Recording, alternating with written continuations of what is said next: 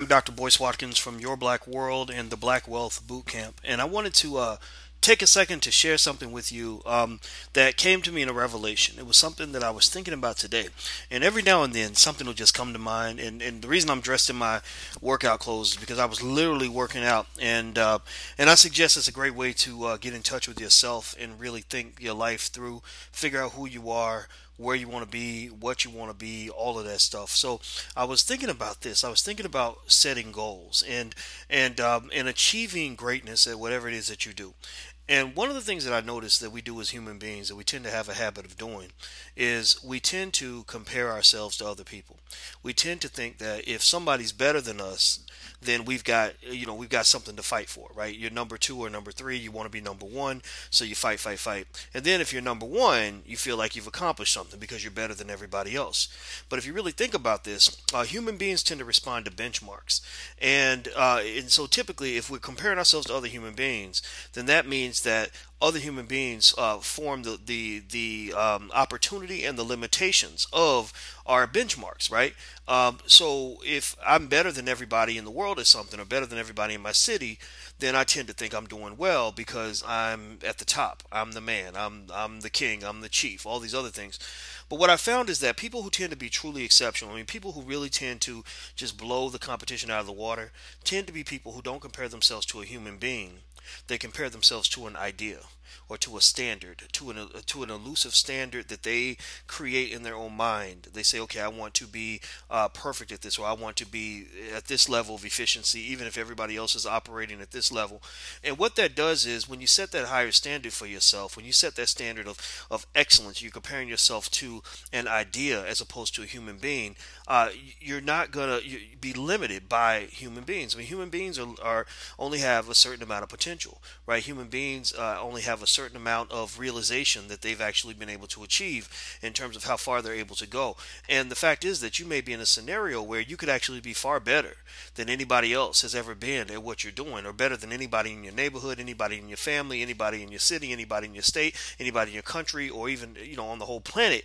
You could have the potential to be far better than that, but if all you're doing is looking at a standard set by another human being, then you're to some extent limited by the psychological gravitational pull of that human being's level of achievement. So what that means is that when you're below their level, you're going to be pulled up. Like they say, people they always say people, you got to work like you're number two or whatever. So people tend to be pulled up by that person who's above them, but then people who are at the top, they tend to be pulled down by those who are below them.